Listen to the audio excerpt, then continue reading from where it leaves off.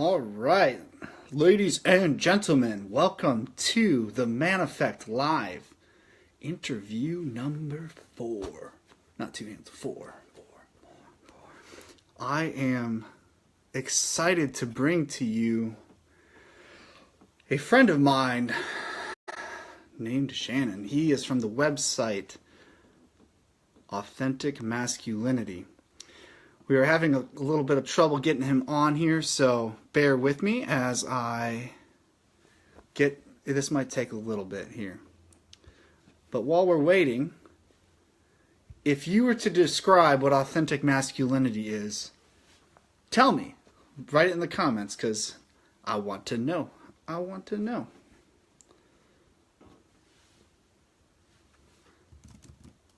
All right, all right.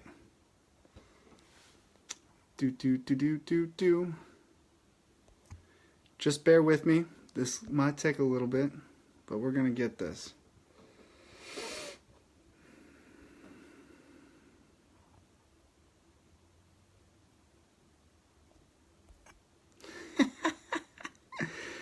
Well, Kyle, Sir William, what is up? Thanks for tuning in. You guys should stick around. Matthew David Williams, what's up, man? What's up? Well, I'm glad you guys are tuning in here. Mr. Shannon's good people, so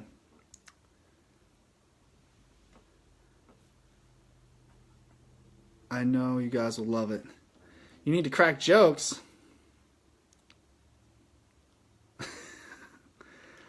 Authentic masculinity is, it's gentle like a great warhorse that is under control. Love it, Blair. Ooh, I'm a Chuck Norris joke kind of guy. Also. Sorry guys, I'm going to jump over and message him. Let's see how everything's going here. What's up, Josh Sorensen? Welcome. It's good to see you. Haven't seen you in a while. Yes, beard jokes. I would love beard jokes.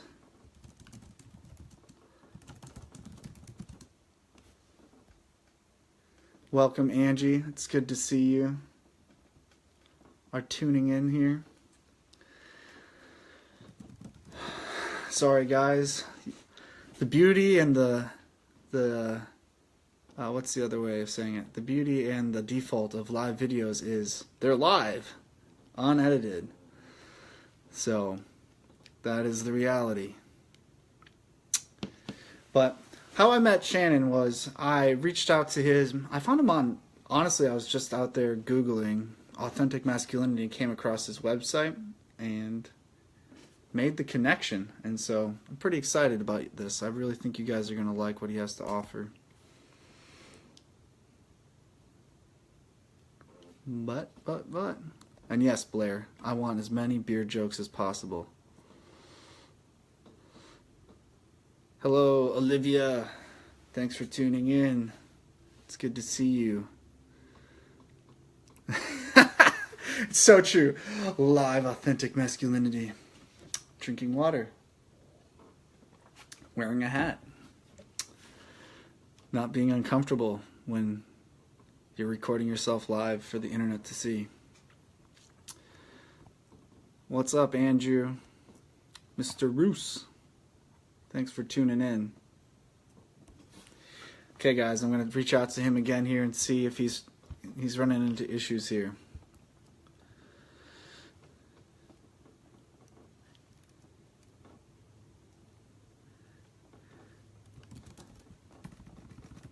This could take a minute. I hope it doesn't take too long.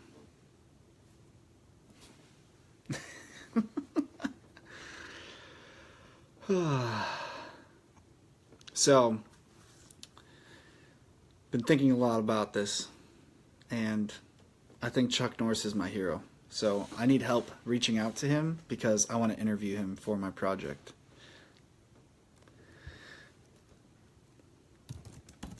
All right, excuse me, I'm going to do some more typing here.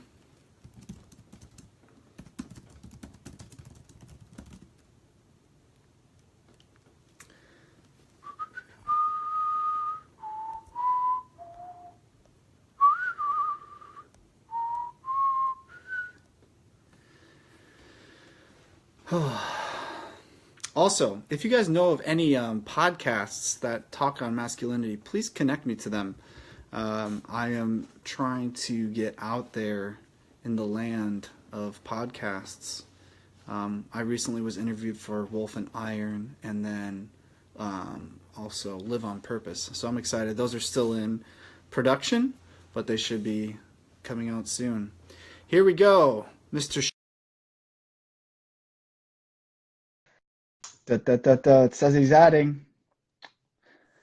Oh, Okay, very yeah. good. There you are. All right, now we're cooking, brother. Like butter. Now we are cooking. I just filled the last 5 minutes with awkward jokes about Chuck Norris and my beard. So it went well. So Shannon, that's how I say it, right? Timothy, that's right.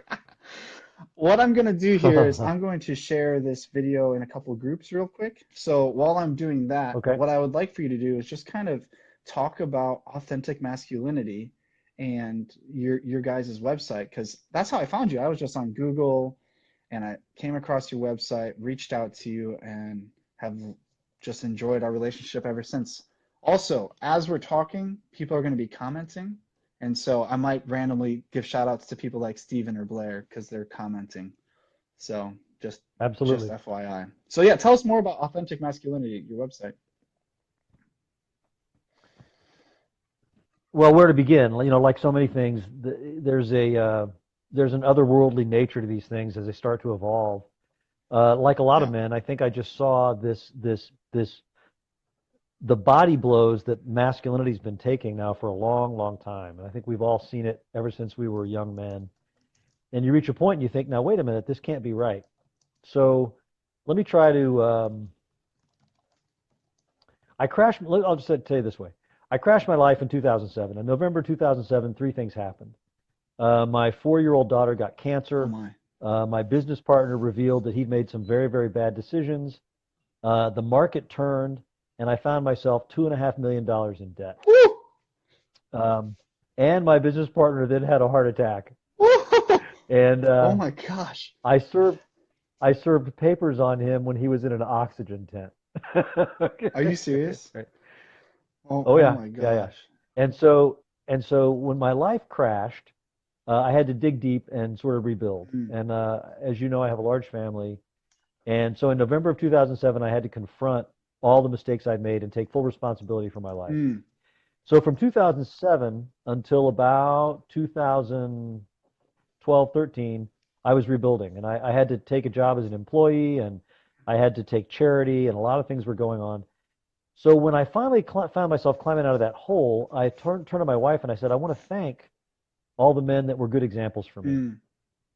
And so for my 53rd birthday, I had a fire, and there was a bourbon assist, and I invited the 10 best men I knew. I call it my 10 best men. Uh-huh. The 10 best men I knew to a fire so I could thank them for being a good example for me. So I invited the 10 best men I knew, and there are actually 15, but only 10 could make it.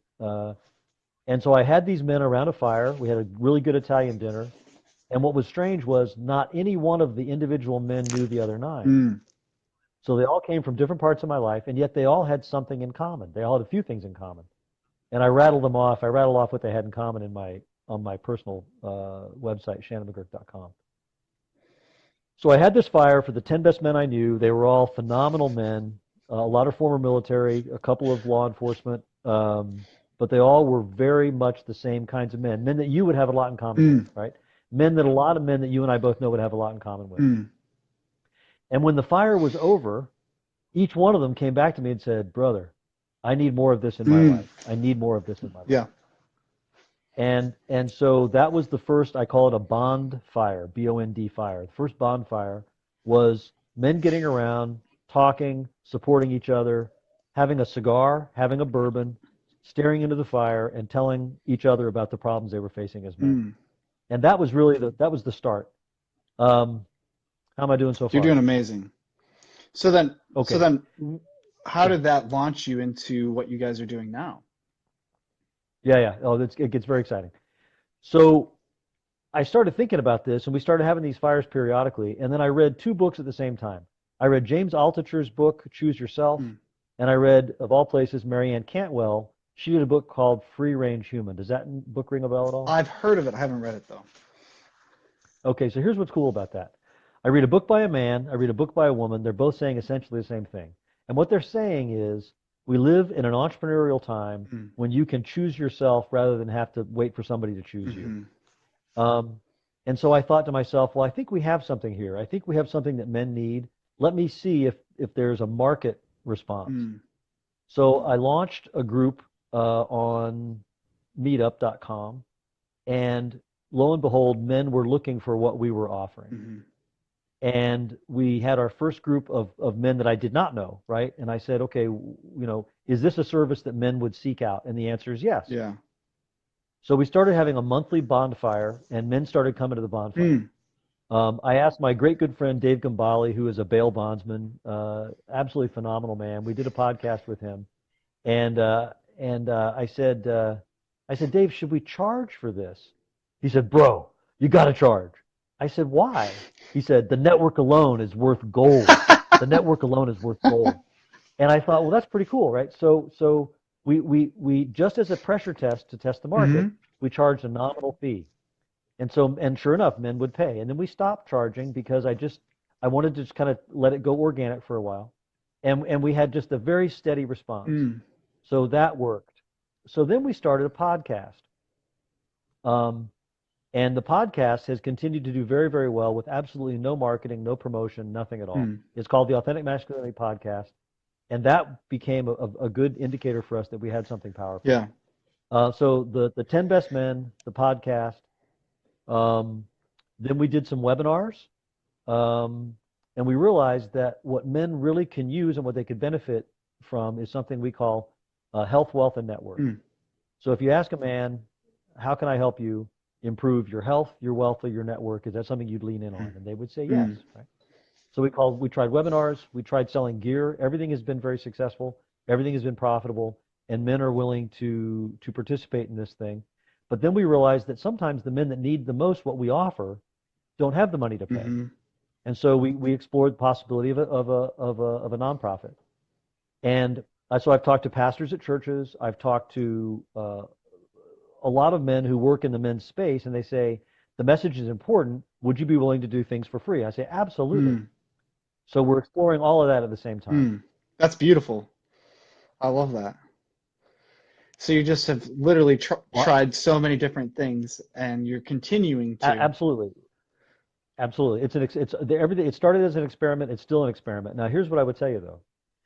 What we seek to do is build a network of men helping other men to become financially independent. That's another piece of this, right? Because I don't think, although I do think it's good for men to have jobs, I don't think a man should feel that's the only thing he can do.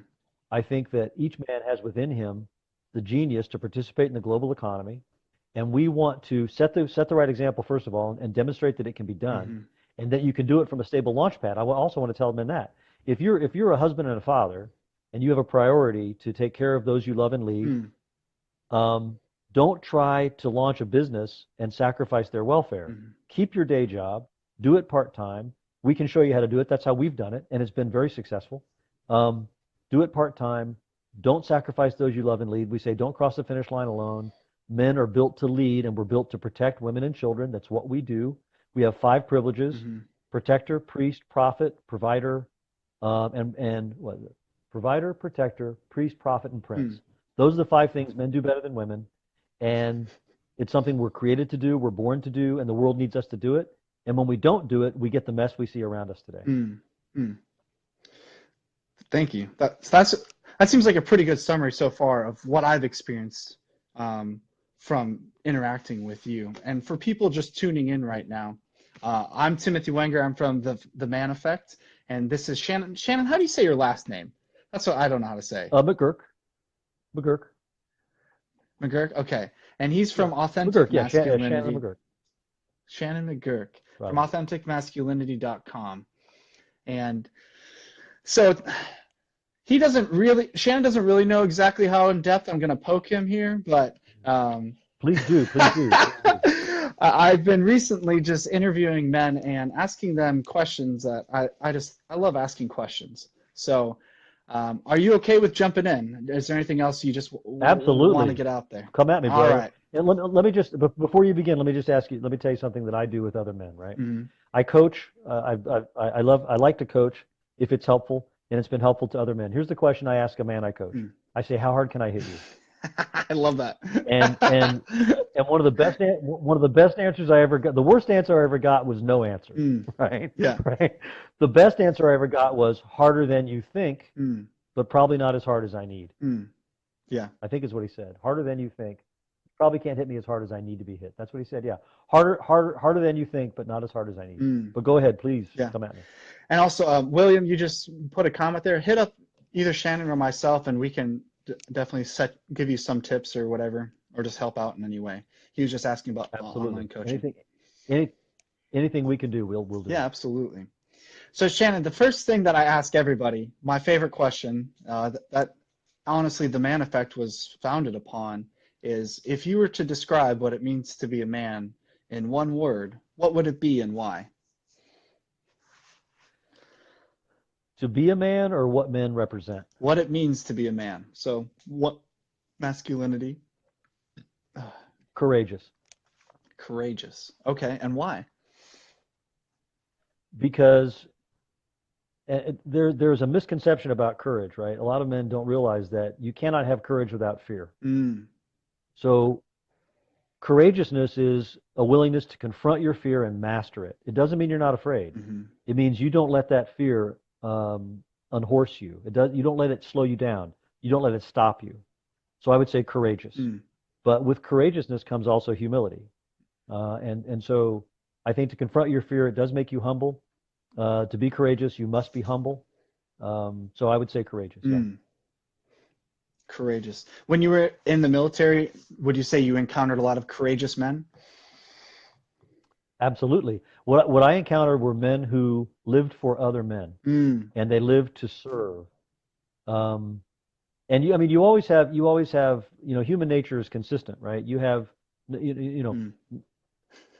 the short answer to your question is yes. Yeah, I encountered a lot of courageous men, but they were courageous because they served. And I believe we conquer through service, Mm. by serving others. And I think men are built for combat. We're created for combat, spiritual combat, physical combat, intellectual combat. We're built for it. That's what we do. Mm. And every man, in the heart of every man, beats the heart of a warrior. Mm. Every man. So do you think if you could find that heart of that warrior in a man, you can resonate with him?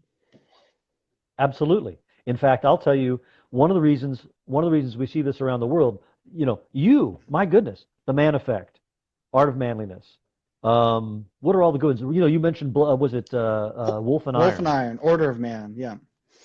Order of Man. These are all phenomenal men, and we all are doing the same thing. Mm-hmm. We're advocating, we're promoting, we're participating, we're helping, we're putting what we're made of, we're putting it out there, right? And there can never be enough of us, right? It's like the old joke. Are there too many lawyers? No, there are too many bad lawyers. So you can never have enough good men. You can never have enough good men advocating on behalf of men. Mm. And I'll take it one step further, and I'll tell you there's something about American masculinity that the world needs today. Okay. Tell me more about that. What do you mean by that? I'm going to okay, this is Americans, we are a privileged people. Mm-hmm. We have been blessed with a privileged place in history. Mm. And if you look around the world, everybody else is caving. Mm. Everybody else is caving. Our brothers, even if you think broadly and say America is the North American continent, this wonderful man, Jordan Peterson, you look at what Jordan Peterson's been confronting in Canada, Mm-hmm. right? He is a very masculine man, and his message is resonating with men around the world. Yeah. But what I would tell you is Canada is further along than we are in the deterioration. The toxic, cancerous effeminization of their culture is further along than it is in the United States. Regardless of your politics, President Trump is a masculine man. And I think one of the reasons he was so successful is the United States realized they needed a man to make decisions. All right. And I realize that's controversial. Many people are critical of the president. but I do think you can't argue with his success, right? Mm. So American masculinity is something that can save the world. Hmm. And I do believe, my wife even said something recently. She was talking about, whether you like American men or don't like American men at our best, we don't complain. We just get it done. Okay. I mean, look, I'm sorry, it's true. We don't complain. We get it done. But I'm gonna tell you a very quick story. I lived in China. I was a diplomat there in China. Mm. I volunteered. I went to take my children to a soccer game. Okay. I don't think soccer is. Well, we can talk about that. I took my children to play in a soccer. All right.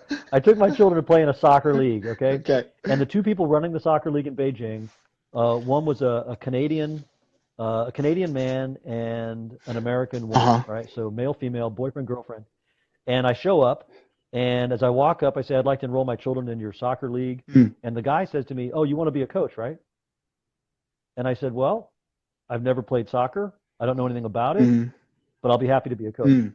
I'll be happy to be a coach. Mm-hmm. Give me a clipboard, give me a whistle, and I'll figure it out. Yeah. He said, that's very strange. I said, oh, well, okay, well, sign me up. I'll do what I can do. I can do what I can do to help. Yeah. He said, let me tell you something after this first practice. I said, okay. So afterwards, he says, there is one group of people who do what you just did. Mm. I said, okay, what is that group? And what did I just do? He said, they say, I don't know much about it, but I'll roll my sleeves up and I'll figure it out. Mm-hmm. I said, who is that group? He said, speakers of English. Mm. He said, the Commonwealth countries, the men from Commonwealth countries, they'll show up, and even though they may not know how to do it, they'll step forward, take responsibility, and start finding people to help them. Mm.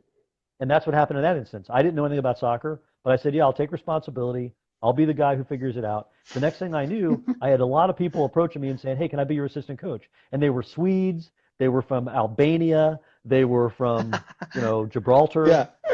But they needed somebody to stand up and say, I'll take charge. Mm. Yeah. So, and I think American men personify that trend in the English-speaking countries. That's fascinating. That's like a really strong contrasting kind of story of like, that's a really good example of that actually playing out. That's fascinating. Okay. Well, I think I do believe that's true, Mm. and I think just as the United States is going to reinvigorate the global economy, and we're doing it. Mm. I think and this is not to boast, and I'm not boasting. Mm. Okay, this is a privilege, and it is an honor, and it is only. I mean, so I'm not boasting. I'm not saying we're better than anybody else. I'm just telling you right now, Yeah. we need to do what we can do because American men need to lead the way, and American masculinity is attractive, and American masculinity because it's based on being a gentleman and protecting women and children. Mm-hmm. We are not here to impose anything on anybody. Mm-hmm. Yeah. That's good. I'm actually really curious. Could you give us like one more example of how that would play out? So like you had a practical experience in your own life. What would be like another example that you could give? When I worked for Northrop Grumman, I had some remarkable men working for me. And one of them was a former Marine, and he's just a great man. And I looked at his resume, and we had to bid a contract to do some they're called hard skills work overseas, right? Hard skills, think Jason Bourne, right? And so I get this gentleman's resume, and I'm looking at it. I'm going through the skill sets that he has. Surreptitious entry, deception detection, information elicitation, quick kill, a lot of really hard skills. And then he had also infant CPR. Okay, infant CPR. And I thought, only in America do we teach our warfighters how to take life and how to save children's lives. Okay, I say that may not be, I mean, other militaries may do that, but the United States, the ideal of the American military combat, the warfighter, is we're here to help, and we will both take life and we will save life. Does that answer your question? Is that a good example? Yeah, that's a great example. Yeah. It creates a new question for me though. In where do you feel that masculinity is undervalued on a very practical level? Ooh. And I know that's a big question, but like instantly, what's something that pops to your mind when that's brought up? I would tell you anywhere you look, but the one that I think it's most egregious and dangerous is the corporate world. I think young men are under assault in the corporate world. I think you see, and I'll tell you, but what's interesting is I'll tell you who suffers the most is women, Mm. right? Mm. But I would tell you that in the corporate world, in athletics, in the media, commercials, look at how many men, and I would tell you uh, I'm hesitating a little bit here, right? That's fine. But I'll tell you, men are the only group that's not protected right now, Mm. and we're the ones who are going to ultimately turn this whole thing around. And it's time. It's what you and I are doing right now is a good example of it. Mm-hmm. Hmm. Yeah, Did I answer your question? you're getting there. I want to prod you a little more, but I know it's a very politically incorrect kind of area to go into sometimes. Well, And no. Actually, no. Let me pave the way. Let me open the door for this mm, conversation. Here's what I believe. We are ready for an authentic discussion of the roles of the sexes and how they're different. mm, And to say that men and women have no difference is crazy, right? mm, And this is where Jordan Peterson has really helped us a lot. mm, He said that men are combative, right? Men are confrontational. Um, Men like the idea of a conflict. mm, Women, by and large, do not. Do you have some women who do? Of course. mm. But even then, women engage in conflict in very different ways, right? Yeah. Yep. Um, Yep. so men, for men, there's always a threat of physical violence. Always. In every interaction between men, there's a suggestion that it could turn physically violent, and that Yeah. matters. That helps Yeah. us sort things out, right? With women, that's not usually the case. Yeah. The terms Jordan Peterson used, which I really like, is agreeable and disagreeable. And he's just saying Right. how women just in general are more agreeable, and that's not a negative thing. It's just generally, No. statistically, women are more agreeable. Um, And there are reasons for that. I mhm. mean, there are reasons for that. And yeah, high trait agreeableness is something that women tend to do, and that's because I mean that's a civilizing trend, right? That's a Absolutely. civilizing tendency. Yeah. Yeah. It's a good thing. It's not a bad thing. No, no, not at all. If everyone was disagreeable, I don't know what this world would look like at all. Oh man, that makes me so curious though. So I guess in order for people to understand your perspective and to understand your point of view, they would really have to understand or grasp your foundation of what do you mean by masculinity or authentic masculinity? Like Right. what's your foundation and where are you coming from? Okay. Authentic masculinity is virtuous masculinity, and virtuous masculinity is masculine because it has to do with mastering your appetites. Mm, You cannot be a man of any significance if you are a prisoner to your appetites. mm, Self-mastery requires humility. Self-mastery requires self-awareness. mm-hmm, And you're a threat to the world if you can't control your appetites. mm, So, for instance, a blog post I wrote recently was, you know, we master ourselves to protect women from us, mm, okay? mm-hmm, Because it is a woman's nature to love sacrificially. mm, And this is something that men don't realize, okay? Women, it is in their nature to love sacrificially. When a woman loves a man, she wants to please a man. And this may make a lot of people angry, but it's true. And that's why women will find themselves in a moment of intense emotional stimulation, mm, right? Offering something that they later retract, mm, right? mm-hmm, And for a man to take advantage of a woman when she's vulnerable like that, he deserves what he gets, mm-hmm, right? This is when yes means no. There's a time when a woman will say to you, yes, I give you this permission. mm-hmm, But a man has to know that woman well enough to recognize when she is weak. mm, She's weak in her affection for him. She's weak in her desire that he approve of her. mm-hmm, And that's when he has to say, no, wait a minute.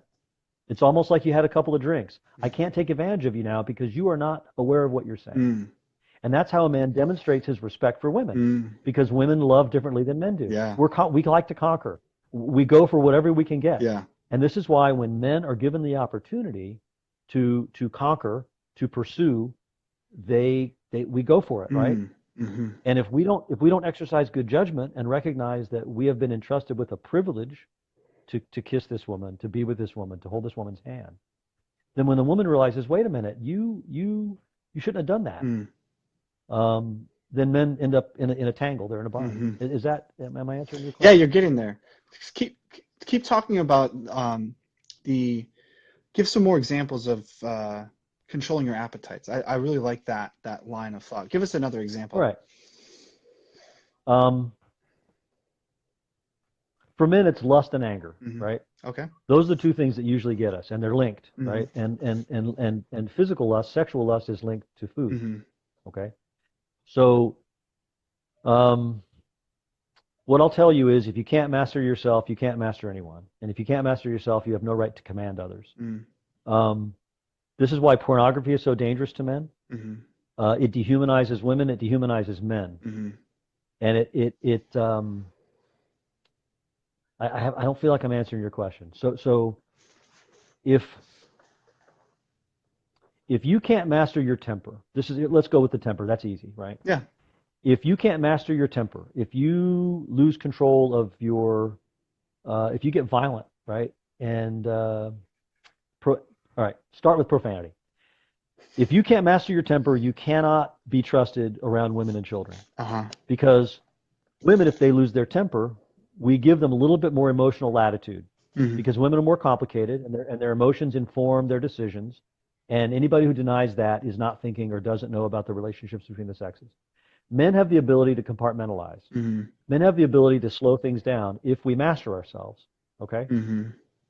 And I'll just tell you that a man who can't master his emotions is a man you can't trust. You need a man who can master himself. You need a man who looks at a situation and says, all right, I see a threat. I see a problem.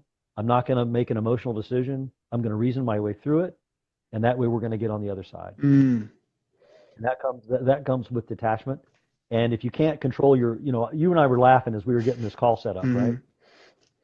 And I said to you, I just want to let loose, with all kinds of profanity. And you said something. Now, neither one of us had used profanity up to that point. And you said, I won't be offended. And what I wanted to say back was, but for me, it's a matter of personal self-discipline. And I'll tell you a very quick story that when I first met my wife, my beautiful, phenomenal wife, because that's the other thing we promote at Authentic Masculinity is the complementarity of the sexes. We reject men going their own way. We think that is a very bad way to go.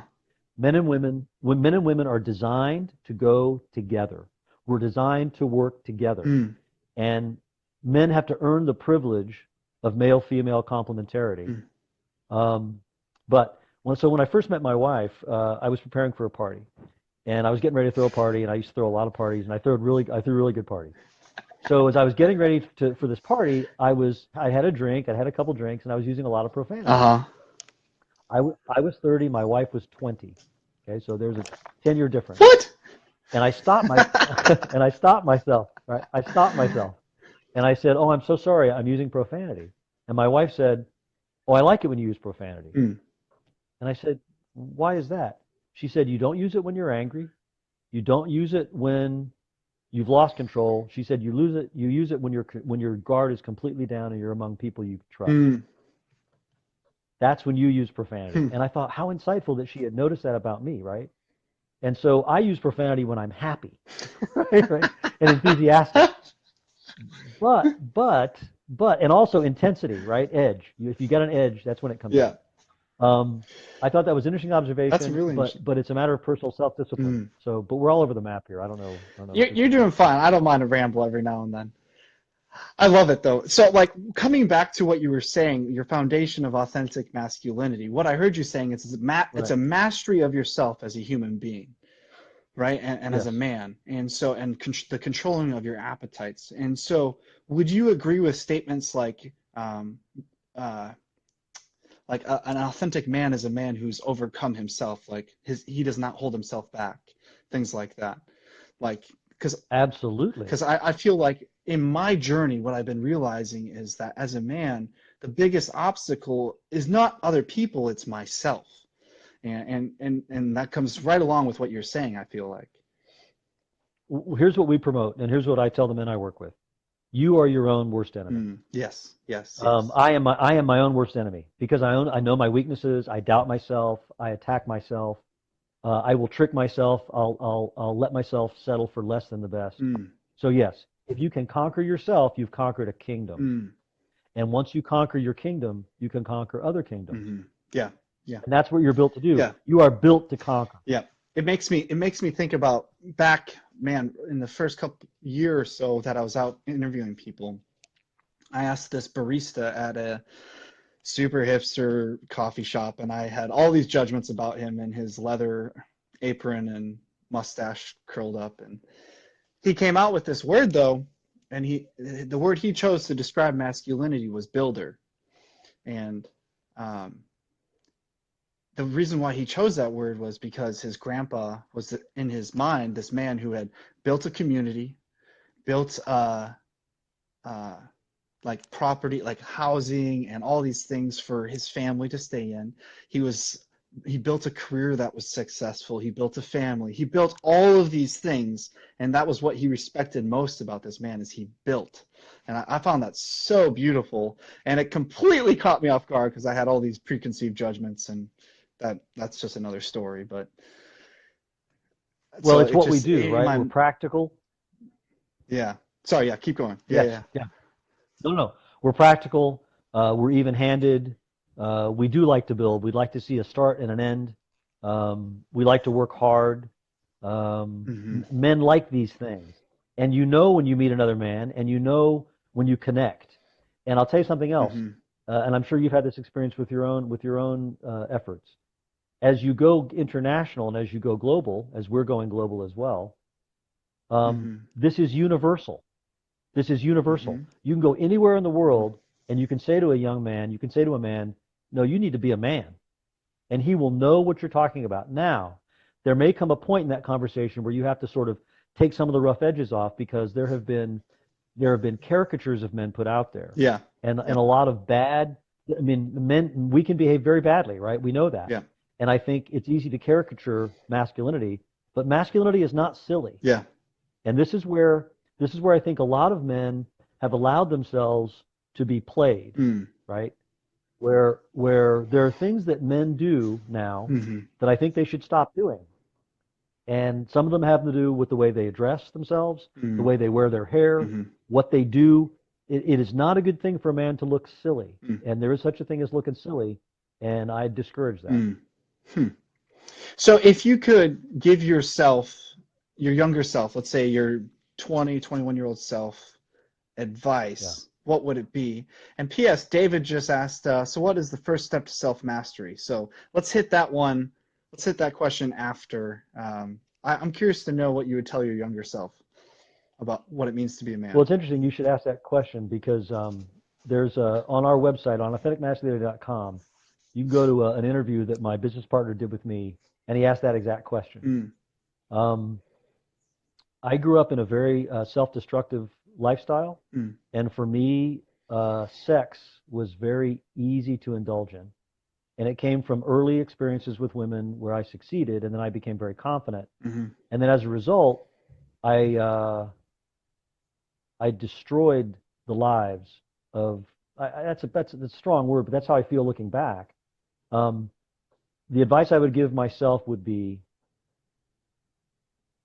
tame your appetites and realize that, I don't know if you've ever heard the saying that men use love to get sex, women use sex to get love. I have, right? Yeah. That men can use affection, cheerfulness, kindness, a smile, charm to manipulate women, and then take what they want, and men forget that once you're given that privilege, you have a connection with that woman for the rest of your life. And you must never forget that. So the advice I would give my younger self is proceed with much more caution, because women are trusting you. And I had never been taught to be a good man. I was not taught to be a gentleman. I was raised by a single mother, and there's another saying that mothers raise boys, fathers raise men. And in my case, that was very true. I mean, I was a boy in a man's body. Thank you for that. I love that. Let's. Well, I regret it to this day, because I have daughters. I have daughters now, and my wife. I talked about complementarity, and my wife has taught me so much I have 8 sons and 4 daughters, and 12 kids. Oh my my, God. So many. 12 children. So, but I'll stop there. So go ahead. Sorry. That's so many kids. Still catches me off guard. No, So I no, want yeah, to crazy. jump back to David Mee's question about what would you consider to be the first step of self-mastery? I'll jump in after you, but I'm curious to hear what you think. I would say humility and self-awareness. And I would say David is asking the right question, right? If you're asking, all right, the man with the best definitions wins. The man who asks the best questions wins, right? So by asking that first question, it tells you you're on the right path. So my answer is humility and self-awareness. Someone just said you must be Catholic because you have 12 kids. Sorry. I am a convert to Roman Catholicism. That's true. That's really funny. And I'll tell you, if you're really ready for that conversation, brother, and whoever's watching in, ask the questions, and I'll be happy to talk about them. What I would say for self-mastery, I think the first step is just, I think humility is beautiful. I think those encapsulate it, but for me, it's also actually taking action and like facing your fear, like actually doing whatever you know to do, like just even trying the worst possible thing, but you're trying to get better. Well, let me tell you, action relieves anxiety, and men know that. Action relieves anxiety. Taking action is vital, and I can tell you right now, even if it means I can break it down to the absolute simplest task. You can start turning your life around this second, and I can tell you how to do it. And it's the simplest, amazing thing. And that's how, if you can build a brick, you can build a city. And you start by building a very good brick, and that's by taking action and mastering your appetites, making a decision, and moving forward. That's powerful. And that's what I'm always like in my mind, because when I was an electrician, it was like I could not allow myself to be overwhelmed by the complexity and size of this year-long project I had. I had to break it down into the very outlet that I had to put in, not you know, and so that's so practical and just very small steps and just consistency in doing it. I love it. Well, the five words to success in any undertaking are get started and don't quit. I love that. That's amazing. Get started, don't quit. I gotta write that down. Just give me a second. 5 words. That'll do it. Love that. Get started, don't quit. Man. Sorry, I'm just processing everything that's going on. I'm loving this. All right. Do you need a stretch? Do you need a 10-minute warning or anything like that? No, I am locked on. I'm locked on with tone, You're brother. good. Okay. Well, let's jump into the next question. You bet. How would you encourage women to support men in a way that pushes them to be better men but isn't controlling? Right. Oh, what a great question.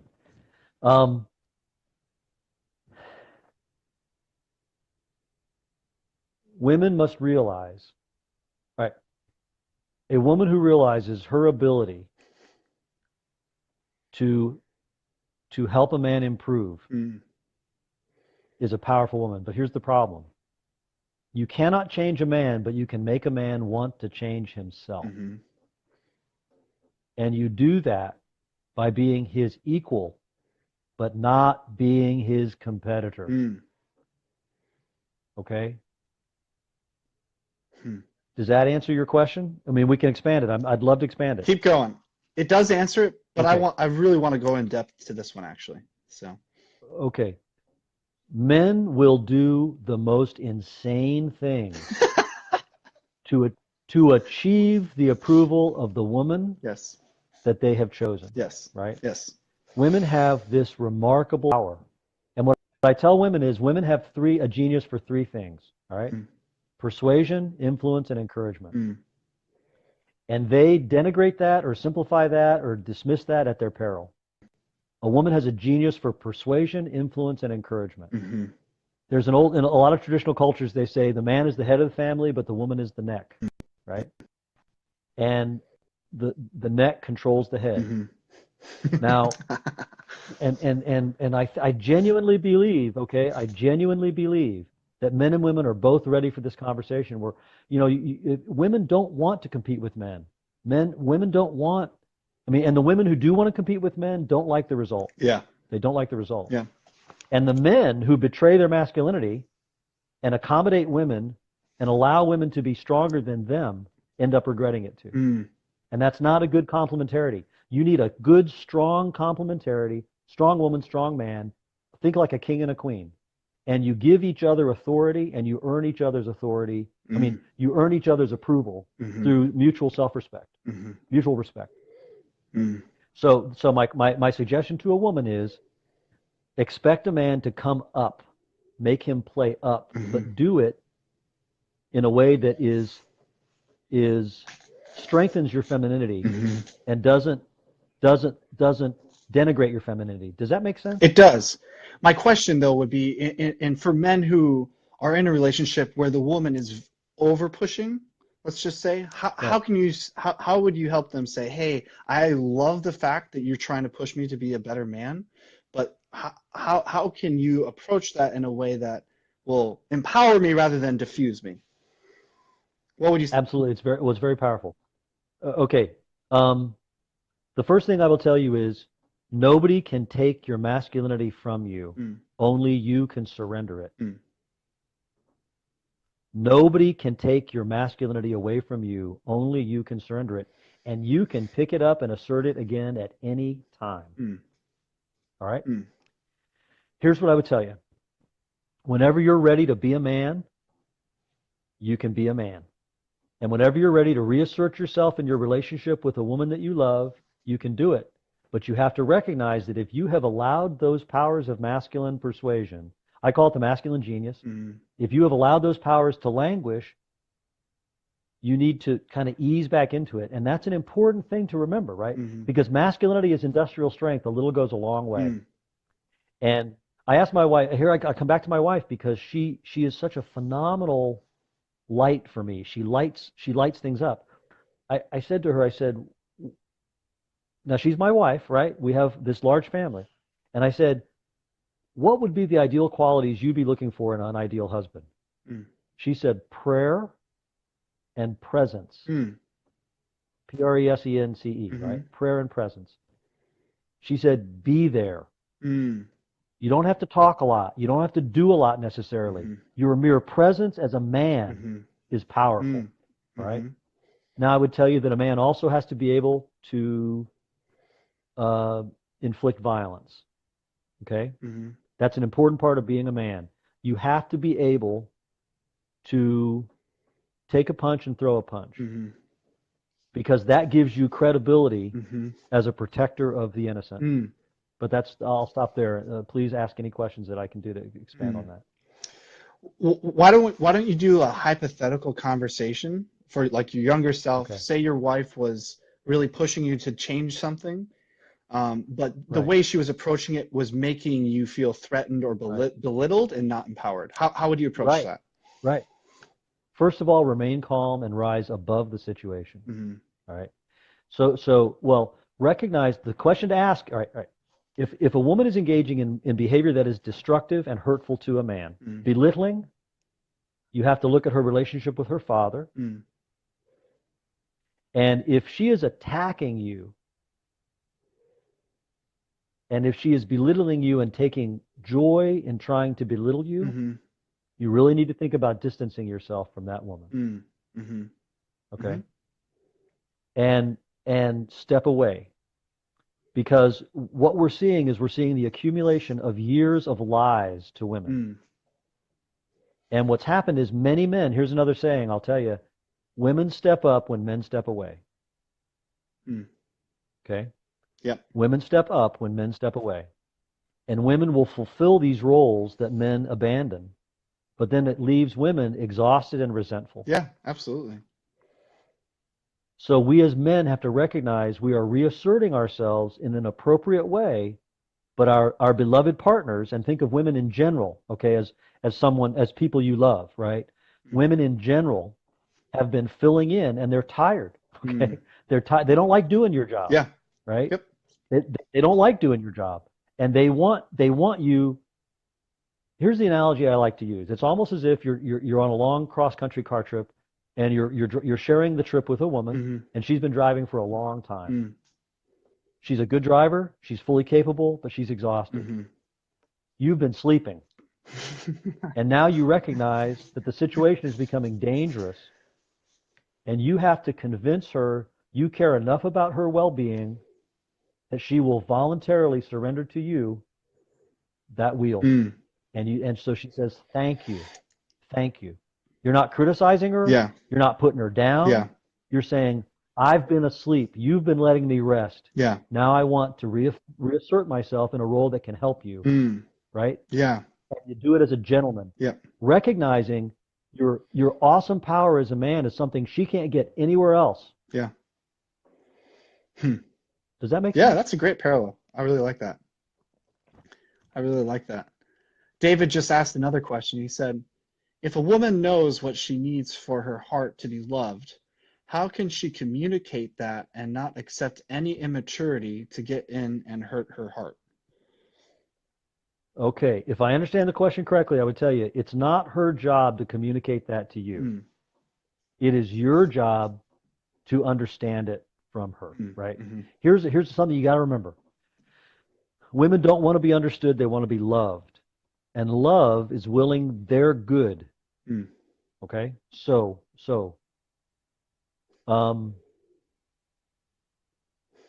ask the question again. Okay, so he asked, if a woman knows what she needs for her heart to be loved, how can she communicate that and not accept any immaturity to get in and hurt her heart? Okay. Frequently, women don't know what they want. Okay? Yeah. All right? This is important, right? Because frequently they don't know because, number one, they've been lied to now for about 60 years. They crave a healthy, strong, mutually supportive partnership, by and large. Now we're generalizing here, right? Yeah. Everybody's different. Yeah, absolutely. Right? But there are general trends, right? Yeah.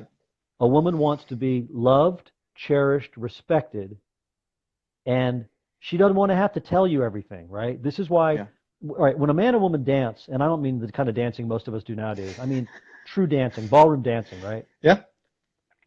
Women, I genuinely believe this. Women want men to lead in a respectful way. Okay? Mm-hmm. They want men to lead in a respectful way. And if you lead respectfully, women will follow gracefully. Yeah, absolutely. You have to earn that privilege, right? You have to earn that privilege because in a marriage, a wife will give a husband and father in the family the privilege of his leadership and authority as long as he doesn't abuse it. And once she gives that to you, that you've got to cherish that. So in the question David is asking, right? A woman can communicate, but she shouldn't really have to communicate. If you treat her respectfully, and if you treat her in a way that communicates to her that you want her good, and then listen carefully, she will communicate to you and take note of what she tells you. Remember the little things. Yeah.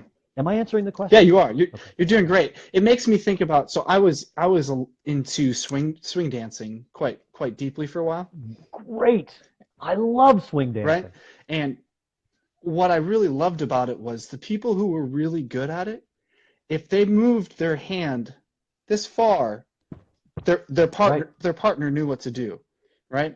And so there was there's level of development of skills in learning how the other person communicates with their body, with their eyes, with their shoulders, and you really hit the point. The funny part was after I got done with that hobby, I went out and started doing country line dancing, and they would do two-step, and I was watching these men about rip the arms off of women because they thought it was the cool thing to lead the woman by yanking their arms so hard. And so that's the parallel I'm seeing right now as you're talking, is that we expect to like just yank the women around, and they need to like understand where we're leading them, but in reality, it's in the subtlety, it's in the ability of knowing the other person and developing that relationship and that skill of understanding. Is that a good way of summarizing it? I think it's a very good way of summarizing it, because I think women want to know that men have a violent, aggressive, strong capability Mm-hmm. that they keep under control, Mm-hmm. right? Yes, yes, yes. So men are, we one of the contributors to our website uses a term he calls dangerous on demand, Mm-hmm. right? Women want men that are dangerous on demand, Mm-hmm. that aren't dangerous all the time, Mm-hmm. but are dangerous on demand. And what I think you're describing in the dancing scenario is you have one extreme where men are being a little bit, probably maybe a little too aggressive, Mm-hmm. right? Yes, absolutely. And then in the swing dancing, there's a subtlety there that women love, Mm-hmm. right? You're strong, you're graceful, you're powerful, you're considerate of her, and you're tuned in, Mm-hmm.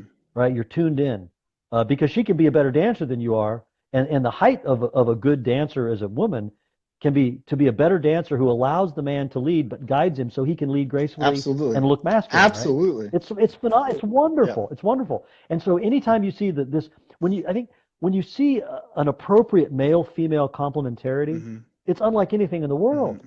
I did a business consultancy gig once for a salon, Mm-hmm. and I asked the owner of the salon, I said, when is business at its best? Mm. As a female owner, she built a business from scratch, and she said, when I have roughly the same men and women working in the shop, Mm. there are no romantic relationships in the shop, but the men and women, there's a sexual tension that's healthy in the business. Mm. And I thought, that's a very insightful comment, right? And so I think that complementarity, this is why I think this sense of authenticity as a man, the world's ready for Yeah. it. The world's ready to have these conversations in business, Mm-hmm. in the workplace, Mm-hmm. in the schools, Mm-hmm. socially. But yeah, I love talking about this. What? I couldn't tell at all. Well, because it's just it's powerful. Mm-hmm. Powerful stuff. David has a follow-up question, so let's just keep going with these. For everyone Excellent, David, keep them coming. Yeah, everyone who's watching too, if you just want to leave a little bit of love, or if you have a question, just please jump on in, because we're really trying to engage here. So David asks, what if the husband is still in an immature place? How can she protect her heart and learn to be strong in that environment? It's a wonderful question. It sounds like David has a very specific set of circumstances that he's addressing, right? Mm-hmm. I mentioned I have 4 daughters and 8 sons.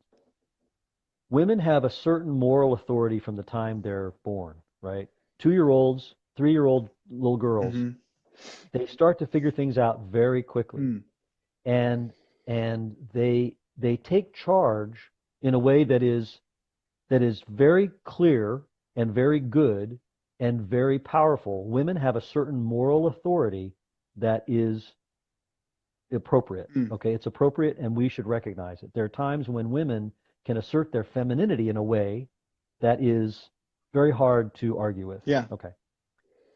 That genius is also what helps them to protect their own hearts when they find themselves in a scenario that David is referring to, that I think. Mm-hmm. So what I would say that women have an ability to protect themselves almost from childhood, and I want to proceed gently here, because it doesn't mean we can take advantage of that. Yeah. But I hope I'm answering David's question. So a woman can protect herself. Here's what I would tell you. I would say by appreciating her dignity and not giving herself away cheaply. Mm-hmm. Mm-hmm. Yeah. That's what I would tell you. When women, and this is something that, when women are ladies, men are gentlemen. Mm-hmm. Okay? Mm-hmm. And when men are gentlemen, women tend to be ladies. Mm-hmm. And every scenario can be different. But when you treat in the workplace, you want to see the power of your ability as a man to change a situation. Pay a woman a sincere compliment. Ask permission before you do it. Mm-hmm. Ask permission before you do it. Treat her like a lady, and do it in such a way where you get nothing out of it. Mm-hmm. And you will see her whole face light up. Mm-hmm. If you say, "Excuse me, can I pay you a compliment?" Mm-hmm. and she's going to say yes to that, Mm-hmm. you could say, "That is a beautiful dress. Mm-hmm. Thank you so much. Mm-hmm. That's a lovely dress." And if the woman is a crisp professional, and many of them are crisp and very brisk and professional, say to her, "You look crisp and professional, Mm-hmm. but also lovely colors. Thank you so much." Mm-hmm. and then walk away, or she'll say thank you and she'll be pleased. Mm-hmm. You do it from a sense of confidence. That is a great way to help a woman protect her heart from masculine immaturity. Mm. That's beautiful. It makes me think, going back to the dancing parallel too, women who dance with men who are not as good of dancers, they learn tactics in order to protect themselves from being hurt, or they have stronger boundaries because they just don't trust the individual. Yeah. And so they can communicate that through their own strength. I've watched women be able to hold off men just through where their arms were at, even on the body. It's just like Absolutely. they're able to, and men respond to yeah, that. absolutely. Men respond to that. We I'll give you a great example. I go back into a conversation I had with my wife. Mm-hmm. I met her when she was 20, I was 30. Mm-hmm. I was coming at her very aggressively, right? Because I was still not the man I should be. Mm-hmm. And on our first evening out alone in a car, she told me two things. She said, my mother taught me that when I kiss somebody, I give a piece of myself away. Mm-hmm. And I thought, ooh, I better think about that. And she said, and I trust you. Mm-hmm. I realized then I was playing at a much more sophisticated level than I realized. And she said, I trust you. Yeah. I trust you. Mm. And I thought, uh-oh, I'm in trouble now. Mm. So men respond to that. And I think all men respond to that. Mm-hmm. You can see Mm-hmm. a woman who understands the power of her femininity can tame a man. Mm-hmm. And I could give other examples, but I don't want to take up too much time on that.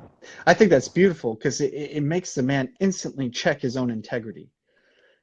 You know what I mean? Right. And you're like, oof. And strong men, here's the thing. Strong men don't assault women. Mm-hmm. Okay? Mm-hmm. Weak men assault women. Mm. Weak men are the ones who take advantage of women. Yeah. When men are strong, everybody benefits. And women have a lot of power in helping a man to feel strong. And a woman who denigrates that power doesn't understand what's happening. Yeah. Doesn't understand what's happening. Yeah. Hmm. It's powerful. I'm gonna push. Please ask David. What's that? Oh, go ahead. I'm sorry. Go for it. I said, please ask David if we answered his question. Oh yeah. David, if that hit the knot or hit it on the spot, let us know. And anyone else, if you have questions popping up as we're talking, please feel free to comment. And if we don't get to it during the video, I will go back and comment, and we'll get to it. So,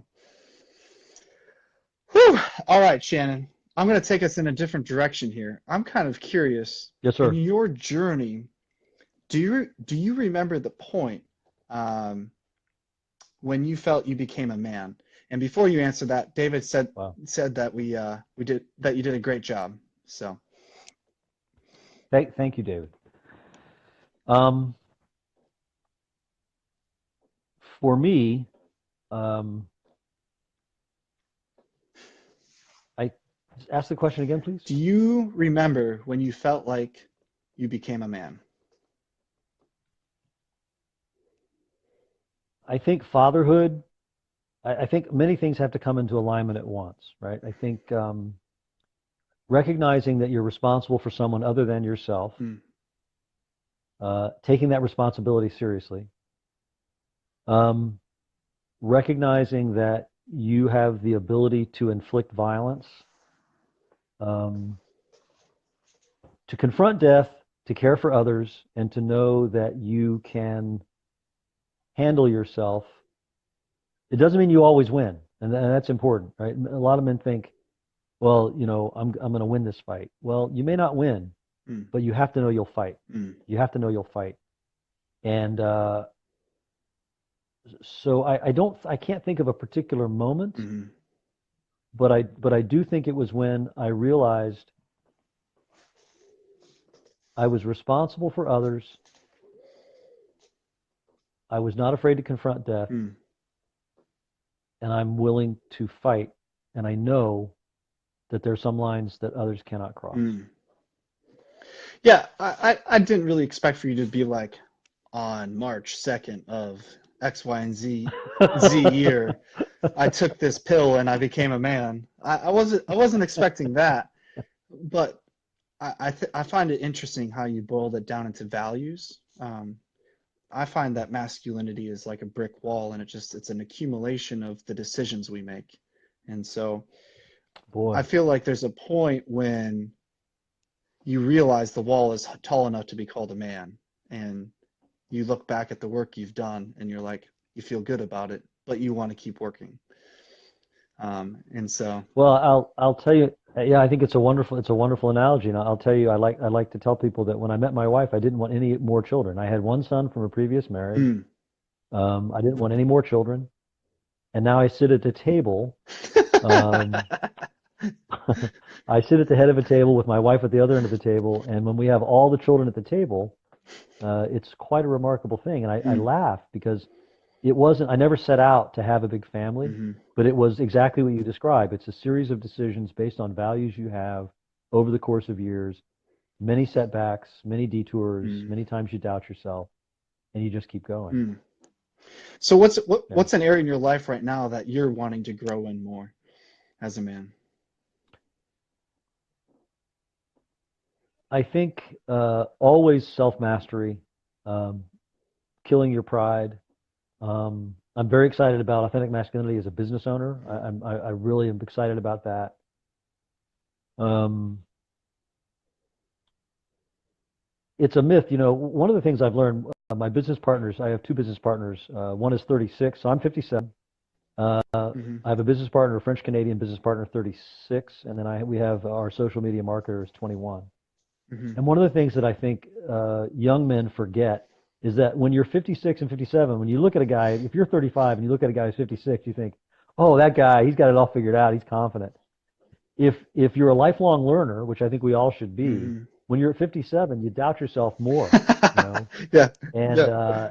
it's true. It's true. George Patton was asked what the biggest difference was between being a five-star general and being a second lieutenant, Mm. and he said, as a second lieutenant, I had a lot more self-confidence. Mm. That's crazy. I haven't heard that one. So I don't know. So yeah, I think so. I'm trying to grow in my self-knowledge.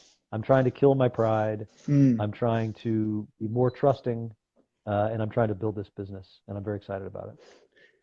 So, kind of what I also hear you saying is you're just, as the older you get and the more you get along the journey of a man, it's just embracing your humanity and your flaws and just working through it. Is that true? Yes, Mm. yes, Mm. yes, yes. That makes sense. I like that. I think that's very powerful. Well, let's do one more here, and then Yes, sir. if anyone still has any questions, feel free to give us a shout out here. Um, but whew, all right. Sorry, my mind was just, I really liked, that was some really good stuff. What are some role models of men that you've looked up to, Mm. dead or alive? Like, what are some of your role models? My One second, David's hysterical. He's my making fun of me. Sorry, I just had to note that.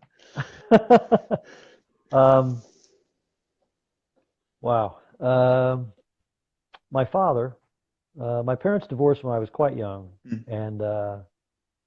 and my father was quite a remarkable man. mm, He died 5 years ago, and I never knew him as well as I wanted to. mm, Um, and I moved in with him when I was when on the summers I was home from college.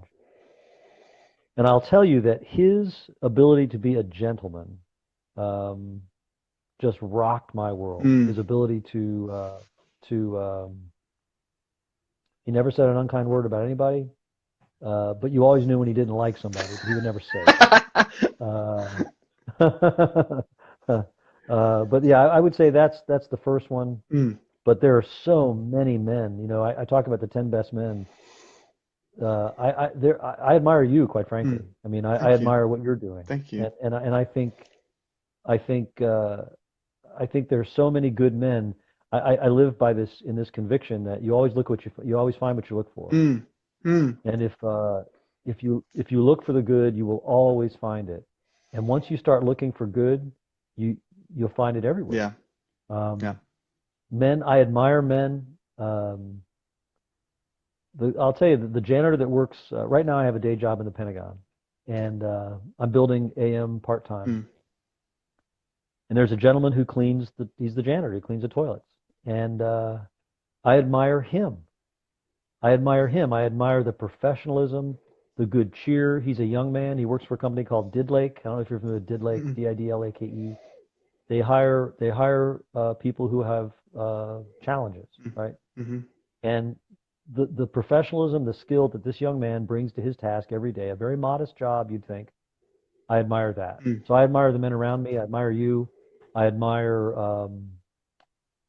so much of what I see around me. I hope that's not a too No, easy an answer. no, that's okay. How about what would be a book that you would just recommend off the bat for people to read, or obviously your podcast, we know that, but other podcasts that you might listen to?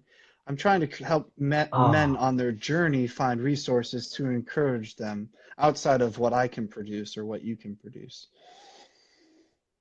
I'm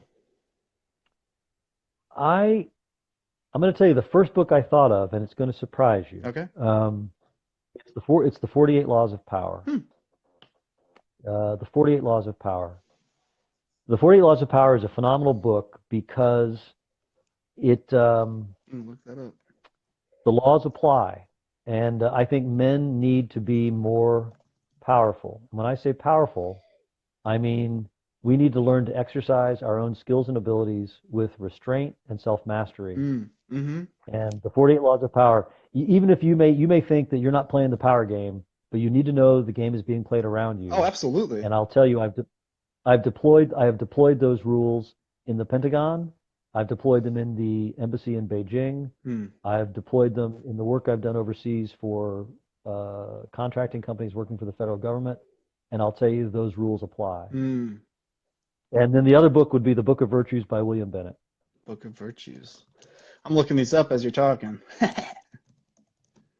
by William Bennett. Oh yeah, look at that. The Book of Virtues. That's perfect. And I'd like to recommend a short story called The Short Happy Life of Francis McComber by Ernest Hemingway. I haven't heard that one either. You're just full of them. I love it. That's a powerful short story about a man who rediscovers his masculinity and how it threatens his marriage. Well, Shannon, I've absolutely loved this. Unfortunately, I think we do need to bring it to close here. So what I'm curious is, on your exit statement, how would you encourage the men of today to progress on their journey? What would you say? There's never been a better time to be a man in the history of the world, because the world recognizes they need you. And if you will tap into your masculine genius, and that's what it is, you have a masculine genius. If you will tap into it, the whole world will want you. Women will want you, businesses will want you, the marketplace will want you, politics will want you. You have to master yourself, and if you master yourself, everybody wants you to succeed. That's great. Real quick, Blair was asking what the name of that short story was, so if you could name that one more time. Absolutely. It's called The Short Happy Life of Francis McComber. Perfect. And you could read it in 45 minutes. It's a very, very good story. Perfect. Well, thank you so much for being on. I'm going to leave links to your website and your podcast for everyone. Once again, this is Timothy Wenger from The Man Effect, and I've been interviewing Shannon McGurk from AuthenticMasculinity.com. So thank you so much for watching, everyone. Thank you, Shannon, for being here.